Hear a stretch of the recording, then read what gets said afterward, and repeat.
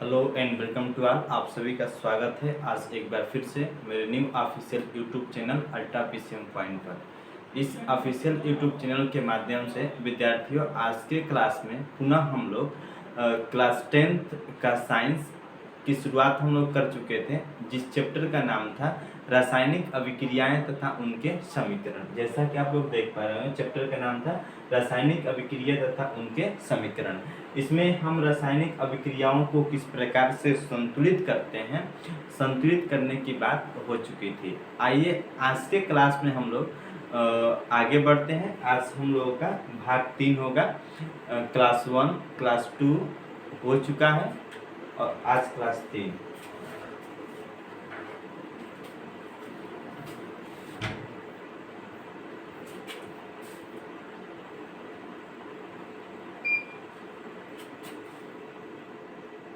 देखिए, इसमें रासायनिक समीकरण को संतुलित करना हम लोग सीख चुके हैं।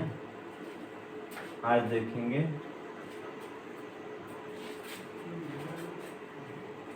रासायनिक अभिक्रिया के प्रकार, types of chemical reaction, types of reaction, यानी जो रासायनिक अभिक्रियाएं होती हैं वो कितने प्रकार की होती हैं। ये पॉइंट ऑफ एग्जाम के दृष्टि से बहुत ही इम्पोर्टेंट है कि रासायनिक अभिक्रिया कितने प्रकार की होती है। रासायनिक अभिक्रिया तो कई प्रकार की होती हैं, लेकिन आज से हम लोग मुख्य प्रकार की जो रासायनिक अभिक्रियाएं होंगी जो आपके एग्जाम में पूछी जाती हैं उसको हम लोग देखेंगे।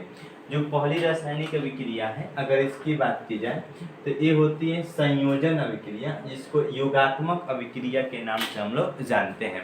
किसी किसी बुक में इसको कहा है संयोजन अभिक्रिया किसे कहते हैं, और किसी किसी बुक में कहा योगात्मक अभिक्रिया किसे कहते हैं। इसको एडिशन रिएक्शन के नाम से हम लोग जानते हैं। दोनों में से कोई भी हेडिंग आपसे पूछी जा सकती है। अगर हम लोग बात करें कि ये संयोजन अभिक्रिया क्या होती है, इस अभिक्रिया में दो या दो से अधिक पदार्थ जो होते हैं वो आपस में जुड़ करके एक किसी नए पदार्थ का निर्माण करते हैं। तो इस प्रकार की अभिक्रिया को संयोजन अभिक्रिया के नाम से हम लोग जानते हैं। तो आप याद रखे रहेगा कि संयोजन अभिक्रिया, संयोजन का मतलब होता है जुड़ना, संयोजन का मतलब जुड़ना। तो कह सकते हैं संयोजन अभिक्रिया योगात्मक अभिक्रिया वे अभिक्रियाएं होती हैं जिनमें दो या दो से अधिक जो पदार्थ होते हैं वो आपस में जुड़ करके किसी एक नए पदार्थ का निर्माण करते हैं। तो इस प्रकार की अभिक्रिया को संयोजन अभिक्रिया कहते हैं। देखिए, जैसे अगर हम लोग एग्जाम्पल की बात करें, CaO कैल्शियम ऑक्साइड है, इसकी क्रिया हम HOS से कराते हैं, तो यह अभिकारक है। तो इसमें दो नए पदार्थ जो है कि आपस में क्रिया करेंगे, तो यहाँ पर बनता है CaOH और OH। जब ये आपस में क्रिया करेंगे तो आप यहाँ पे देख सकते हैं कि जो हमारा Ca है यह अलग हो जाएगा और OH एक है, H और O और एक बार हो जाएगा, तो OH का क्या होगा, होल ट्वाइस। तो यहाँ पे कैल्शियम ऑक्साइड और जल आपस में क्रिया करके बनाते हैं CaOH का होल ट्वाइस।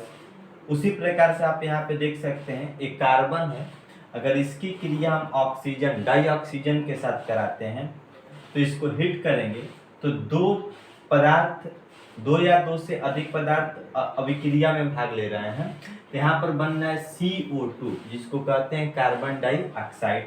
उसी प्रकार से यहाँ पे हाइड्रोजन दो बार है, हाइड्रोजन यहाँ पे 4 बार है, 2H2 प्लस O2। जब आपस में क्रिया करता है तो जल बनता है, 2H2O बनता है। सल्फर की क्रिया हम ऑक्सीजन के साथ कराते हैं तो यहाँ पर बनता है SO2 जिसको सल्फर डाइऑक्साइड के नाम से जानते हैं। कार्बन मोनोऑक्साइड CO की क्रिया हम Cl2 से कराते हैं तो बनता है COCl2। तो आप यहाँ पे देख पा रहे हैं कि इस अभिक्रिया में दो या दो से अधिक जो पदार्थ हैं वो आपस में भाग लेकर के किसी एक नए पदार्थ का निर्माण कर रहे हैं। तो इसी प्रकार की अभिक्रिया को हम लोग संयोजन अभिक्रिया या योगात्मक अभिक्रिया के नाम से जानते हैं। ये डायरेक्ट आपको डिफिनीशन दी जाती है, यानी तो कोई एक अभिक्रिया दे देगा और पूछेगा कि इनमें से बताइए कि ये कौन सी अभिक्रिया है। अब आइए हम लोग आगे देखते हैं। अगली अभिक्रिया, एक एक पॉइंट को आप लोग पूरी अच्छी तरीके से याद रखे रहिएगा। उसके बाद से विस्थापन अभिक्रिया की बात करते हैं कि विस्थापन अभिक्रिया क्या होती है। तो विस्थापन अभिक्रिया, दूसरी जो अभिक्रिया विस्थापन अभिक्रिया एक होती है, जिसको हम लोग प्रतिस्थापन अभिक्रिया के नाम से जानते हैं। तो हम इसकी डिफिनीशन की अगर बात की जाए कि विस्थापन अभिक्रिया प्रतिस्थापन अभिक्रिया क्या होती है, तो विद्यार्थियों आप लोग समझिएगा कि इस अभिक्रिया में एक स्पीसीज का मतलब हो सकता है तो परमाणु होगा, नहीं तो आयन होगा, या परमाणु या परमाणुओं का समूह होगा, या आयनों का समूह होगा। तो इस अभिक्रिया में एक स्पीसीज यानी एक परमाणु समूह या आयन किसी दूसरी स्पीसीज को उसके स्थान से प्रतिस्थापित कर देते हैं, यानी कि हटा देते हैं। इस प्रकार की अभिक्रिया को प्रतिस्थापन अभिक्रिया या विस्थापन अभिक्रिया के नाम से जानते हैं। आइए एग्जाम्पल की बात करते हैं। इसे कॉपर सल्फेट CuSO4, इसकी क्रिया हम किसके साथ कराते हैं? Fe के साथ कराते हैं। तो जो Fe करेगा वो Fe जो होगा वो कॉपर को प्रतिस्थापित कर देगा। जब Fe कॉपर को प्रतिस्थापित कर देगा तो यहाँ पर जो प्रतिस्थापित कर देगा तो यहाँ पे Fe जब कॉपर को प्रतिस्थापित करेगा तो कॉपर हमारा बाहर हो जाएगा, ये बनता है FeSO4 और कॉपर का होगा अलग हो जाएगा। तो कॉपर सल्फेट से बन जाता है फेरस सल्फेट। इस प्रकार की अभिक्रिया को प्रतिस्थापन अभिक्रिया के नाम से हम लोग जानते हैं। यहाँ पे अब देख पा रहे हैं CH4 है, मेथेन है, इसकी क्रिया हम किससे कराते हैं? क्लोरीन से, Cl2 से, तो डाइक्लोरीन बोल सकते हैं। तो अब एक हाइड्रोजन हटेगा तो एक क्लोरीन जाकर लगेगा यहाँ पर, तो ये बनता है CH3Cl प्लस HCl बनता है। तो इस प्रकार की जो अभिक्रिया होती है इसको विस्थापन अभिक्रिया प्रतिस्थापन अभिक्रिया के नाम से जानते हैं। उसी प्रकार से CH3H की क्रिया हम Cl2 से कराते हैं। तो जो H वाला पार्ट होगा वो Cl के साथ क्रिया करके बना लेता है HCl, जिसको हाइड्रोक्लोरिक अम्ल कहते हैं, और CH3 किसके साथ जुड़ जाएगा? Cl के साथ। तो इस प्रकार से यहाँ पे H और Cl आपस में क्रिया करके बाहर हो जाते हैं। तो बाहर हो जाएगा तो CH3Cl और क्या बन गया? HCl हो गया। तो ये जो अभिक्रिया है प्रतिस्थापन अभिक्रिया है। ठीक उसी प्रकार से C2H5Br है और इसकी क्रिया हम KOH के साथ कराते हैं। तो जो H जो हमारा C2H5 का जो Br वाला पार्ट है और KOH का जो K वाला पार्ट है, ये आपस में क्रिया करके यहाँ पे बनेगा KBr बनेगा, और यहाँ पे C2H5 का बनता है C2H5OH बनते हैं, इसको अल्कोहल कहते हैं, और पोटेशियम ब्रोमाइड हो जाएगा। तो ये जो अभिक्रिया आपको दिखाई दे रही है, इसी अभिक्रिया को हम लोग विस्थापन या प्रतिस्थापन अभिक्रिया के नाम से जानते हैं। आइए अगली अभिक्रिया हम लोग देखते हैं। अगली जो अभिक्रिया है जिसका नाम है अनुत्क्रमणीय अभिक्रिया। अनुत्क्रमणीय अभिक्रिया क्या होती है? ये अभिक्रिया केवल अग्रिम दिशा में ही चलती है तथा पूर्ण हो जाती है। एक ऐसी अभिक्रिया जो अग्र दिशा में चलती है और पूर्ण हो जाती है, तो इस प्रकार की अभिक्रिया को अनुत्क्रमणीय अभिक्रिया कहते हैं। जैसे 2KClO3, इसको हमने हीट किया तो हीट करेंगे तो बनेगा 2KCl और बनता है 3O2, ये बाहर निकल जाता है। तो ये केवल एक दिशा में संपन्न हो रही है। ये जो सिंबल है ये अनुत्क्रमणीय अभिक्रिया का है। इसका ये शो करता है कि यह जो अभिक्रिया संपन्न हो रही है केवल एक दिशा में संपन्न हो रही है। इस प्रकार की अभिक्रिया को अनुत्क्रमणीय अभिक्रिया के नाम से जानते हैं। फिर यहाँ पे BaCl2 की क्रिया हम Na2SO4 के साथ कराते हैं। तो जो Cl2 है और Na2 है ये आपस में क्रिया करके बनाएगा 2NaCl सोडियम क्लोराइड, और यहाँ पे बेरियम सल्फेट हो जाएगा, BaSO4 हो जाएगा। इसका अवक्षेप बनेगा, इसलिए तीर का निशान यहाँ पे नीचे है। तो इस प्रकार की अभिक्रिया को अनुत्क्रमणीय अभिक्रिया कहते हैं।